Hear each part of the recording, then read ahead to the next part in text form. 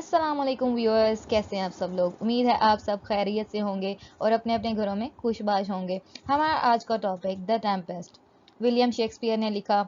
आप सबको याद होगा बचपन में पाकिस्तान टीवी पर एक ड्रामा लगता था एनक वाला जिन, जिसमें एक जिन होता था और जो कारपेट पे डिफरेंट कंट्रीज में जाता था, लोगों के लिए अच्छे अच्छे काम करता था। उसके बाद डिफरेंट किस्म के मैजिक से हम सब बचपन में छोटे छोटे जब होते थे, सारे काम छोड़ के, अपने खेल कूद छोड़ के वो ड्रामा देखा करते थे। बड़ा बड़ा ही मज़ा आया करता था और उसकी बाकायदगी से एक साथ देखते थे जो प्रॉपर टाइमिंग्स पे लगती थी। इसी तरह हमारे इंडियन व्यूअर्स जो यहाँ पे हैं उनको भी याद होगा कि सोन परी नामी ड्रामा, एक उसमें परी थी और वो डिफरेंट किस्म के मैजिक करती थी और मैजिक हमें बहुत ही दिलचस्प लगते थे, इसलिए हम उसकी कोई भी किस्त नहीं छोड़ते थे। आज की हमारी कहानी भी वैसी ही है जो आपको आपके बचपन में ले जाएगी। ये कहानी ना सिर्फ बच्चों के लिए बल्कि बड़ों के लिए भी बहुत ही मज़े की होने वाली है। Let's begin the story. First of first of all we have to discuss the important characters. इसमें कुछ अहम किरदार हैं जिसके बगैर ये कहानी नामुकम्मल है। पहला किरदार प्रॉस्पेरो, दूसरा किरदार मेरियंदा। प्रॉस्पेरो जो है एक मेलिंडा नामी एक कंट्री है, उसका किंग है। मेरियंदा उसकी बेटी है। एंटोनियो प्रॉस्पेरो का भाई है। अलेंसो नेपल्स का किंग है। एरियल एक स्पिरिट है यानी कि जिन।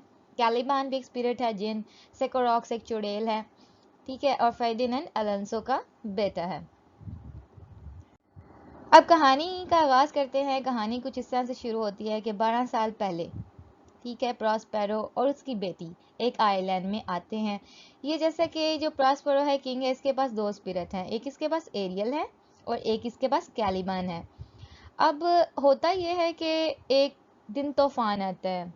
मिरेंडा जानती है कि उसका बाप जो है वो बहुत ही मैजिक्स को जानता है और मिरेंडा जो लड़की है इसने कभी भी कोई ह्यूमन बीइंग नहीं देखा। बाप बेटी दोनों अकेले ही एक आइलैंड पे रहते हैं और इनके साथ सिर्फ दो स्पिरिट्स रहते हैं। अब बेटी कहती है पापा ये तूफान आया है और एक शिप जो है वो प्रॉब्लम में है, मुझे लगता है कि पापा ये आपने ही किया है। उसका बाप पहले तो मानता नहीं, फिर कहता है कि हाँ मैंने ही किया है। उसे कुछ रीज़न बताता है। रीज़न इसके पीछे बहुत ही दिलचस्प है। अब इसको रीज़न बता के वो उसको सुला देता है। ठीक है, अब लड़की को तो कुछ याद नहीं होता। अब रीज़न क्या है ये तो हम आगे देखते हैं कि रीज़न क्या है जो तूफान आया हुआ है। अब इस तूफान में कुछ लोग फंसे हुए हैं। इसमें अलोंसो फंसा हुआ है जो नेपल्स का किंग है। फेर्डिनेंड उसका बेटा है। एंटोनियो प्रॉस्पेरो का भाई और मेरिंडा का चचा। सबस्टेन है इनका मुलाजिम। एरियल एक स्पिरिट है और कैलिबान स्पिरिट है। अब यहाँ पे रोल है टू स्पिरिट्स का। पहला जो यहाँ पे अब स्पिरिट है एरियल, ये तो है पॉजिटिव। आपको पता है ना, कुछ स्पिरिट पॉजिटिव होते हैं कुछ नेगेटिव होते हैं। जैसे कि सोनपरी ड्रामा में भी कुछ पॉजिटिव होते थे, यानी कि सोनपरी पॉजिटिव थी और कुछ नेगेटिव इवल होते हैं उनका मुकाबला करते थे। इसी तरह एरियल जो है इसमें पॉजिटिव स्पिरिट है और कैलिबान नेगेटिव स्पिरिट है। कैलिबान नेगेटिव स्पिरिट क्यों है? इसलिए क्योंकि जो प्रॉस्पेरो है इसने इसकी मामा सेकरॉक्स यानी कि चुड़ैल को मारा था और आयरलैंड पे रहना शुरू कर दिया था। अब कैलिबान समझता है कि मेरी माँ का आयरलैंड इस प्रॉस्पेरो ने ले लिया है। और एरियल भी एक पॉजिटिव है क्योंकि इसको छुड़ाया किसने था? सेकरॉक्स से प्रॉस्पेरो ने। अब प्रॉस्पेरो के कहने पर एरियल एक तूफान लेकर आता है। ये सारे लोग जो ऊपर हैं, एलेंसो, थैनियो, फ्रेंडिनेंड, सबटेन और टू स्लेव्स, ये इस तूफान में फंसे हुए हैं। अब ये लोग कहते हैं कि हम फंसे क्यों हुए हैं। अब इसमें दो साइड्स पे प्लानिंग है, टू साइड्स प्लानिंग है। फर्स्ट प्लानिंग एरियल की है, किसके कहने पे? प्रॉस्पेरो को, जो ये सब लोग कुछ भी नहीं कर सकते, मुसीबत में है। और कैलिबान जो है ना, अब ये कहता है कि मेरे पास भी एक अच्छा सा टाइम है कि मैं अपनी माँ सिकरॉक्स का बदला किससे लूँ? प्रॉस्पेरो से, और उसको इन्हीं लोगों के हाथों मरवा दूँ। अब इसमें सक्सेसफुल कौन होगा और कौन नहीं? अब दोनों साइडों पे अपनी अपनी प्लानिंग चल रही है। जहाँ पे ये एक रिवेंज स्टोरी चल रही है, बदले की कहानी है और मैजिक की कहानी है। इसमें कुछ तड़का किसने लगाया? दो किरदारों ने, फर्डिनेंड ने और मैरियंदा ने। फर्डिनेंड और मैरियंदा, जहाँ पे सारी जंग चल रही है, बदले की कहानियाँ चल रही हैं। एरियल सबको तूफान में फंसा के रखा हुआ एरियल ने, और कैलिबान प्रॉस्पेरो को ही मारने की कोशिश कर रहा है। कैलिबन है तो गुलाम ही, लेकिन वो मारना चाहता है क्योंकि उसकी माँ का कातिल है। लेकिन इन सब से दूर, सबकी नज़रों से दूर, मेरियंदा और फर्डिनेंड आपस के लव ट्रायंगल में मुब्तला है। इन दोनों की एक अपनी ही कहानी है। ये दोनों एक दूसरे की तारीफ करते हैं और एक दूसरे को नज़रों ही नज़रों में मोहब्बत करते हैं। प्रॉस्पेरो तो मैजिक का बादशाह है, उसकी अपनी ही लाइब्रेरी है, डिफरेंट किस्म के वो मैजिक जानता है। वो देखता है कि मेरी बेटी तो प्यार में मुब्तला हो गई है, वो बहुत ही खुश होता है इस बात पे और उनको सपोर्ट करता है, और सपोर्ट के सिलसिले में वो उनसे उनकी शादी करवा देता है। इन दोनों की, लड़के लड़की की शादी करवा देता है एंटोनियो। अब हम थोड़ा सा बैक जाते हैं। हमने आपको पहले बताया था ना कि अंटोनियो ने प्रॉस्पेरो का जो सारा राजपाट, सारी किंगडम छीन ली थी। प्रॉस्पेरो को मैजिक का बहुत ज़्यादा शौक होता था।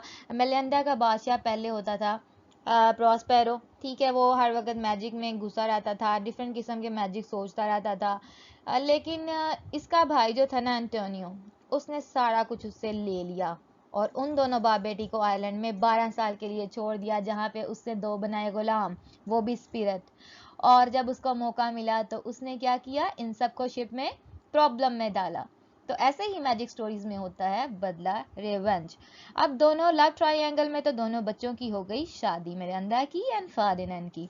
अब इस सब चीजों में शर्मिंदा हो गया ओलेंसो। ओलेंसो ने देखा कि मेरा बेटा फर्डिनेंड तो कर बैठा है शादी, मेरे पास तो कोई चारा ही नहीं, मुझे मांग लेनी चाहिए माफी ताकि मेरी जान बच जाए।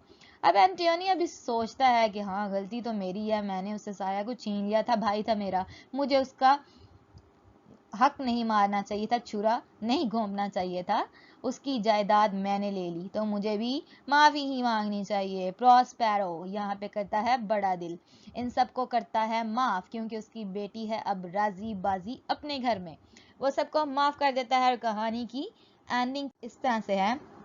हम सीखते हैं इसमें, हमारे लिए लेसन क्या है कि पेशेंस करो, आपको मौका ज़रूर मिलता है। कुदरत आपका मौका आपको जाने नहीं देती, कुदरत आपके हाथ में वो वक़्त ज़रूर लेकर आती है। जैसे कि प्रॉस्पेरो ने सब्र किया, आयरलैंड में वक़्त गुजारा, 12 साल बाद वो ही उसके हाथों माफ़ी मांगने लगे। उसने फॉरगिव किया और अपनी स्ट्रगल की वजह से वो कामयाब हुआ। बिग हार्ट, बड़ा दिल किसने किया? प्रॉस्पेरो ने। उसने किस्मत को कबूल किया, बाकी कैरेक्टर्स ने भी एंड पर अपनी किस्मत को कबूल किया। और कहानी हमें बताती है कि नफरत में कुछ नहीं रखा, प्यार ही प्यार है, इसको फैलाओ और दिलों में मोहब्बत जगाओ और एंगर को अपने ख़त्म कर दो। जो भी आपके दिल में किसी के लिए भी नफरत है, उसको अपने दिल में मत रखो, क्योंकि नफरत में कुछ नहीं रखा। अगर आप नफरत में ही रहेंगे तो आप कभी भी तरक्की नहीं कर पाएंगे। अगर ये कहानी रिवेंज पे ही चलती रहती, प्रॉस्पेरो अपना बदला ना छोड़ता, तो क्या होता, सारे मर जाते, एक दूसरे का कत्ल कर देते। तो कहानी हमें यही सबक देती है कि माफ़ कर दो, अच्छी तरीके से रहो, आप भी खुश रहो और दूसरे को भी खुश रहने दो। अगर आप ऐसा करते हैं तो आप ज़िंदगी में हर कामयाबी अचीव कर लेते हैं, आपके पास सब कुछ आ जाता है। आपको हमारी आज की अगर स्टोरी अच्छी लगी हो तो इसको kindly like, share and subscribe कीजिएगा। और अगर आपको हमसे कोई बात करनी हो तो आप हमारे इंस्टाग्राम होला यूसुफ 2017 पे हमें फॉलो कर सकते हैं, अपने मैसेजेस बता सकते हैं। अगर आपको कोई नया टॉपिक चाहिए हो या स्टडी रिलेटेड कोई भी प्रॉब्लम हो, you can discuss with us freely. Thank you so much. Allah Hafiz.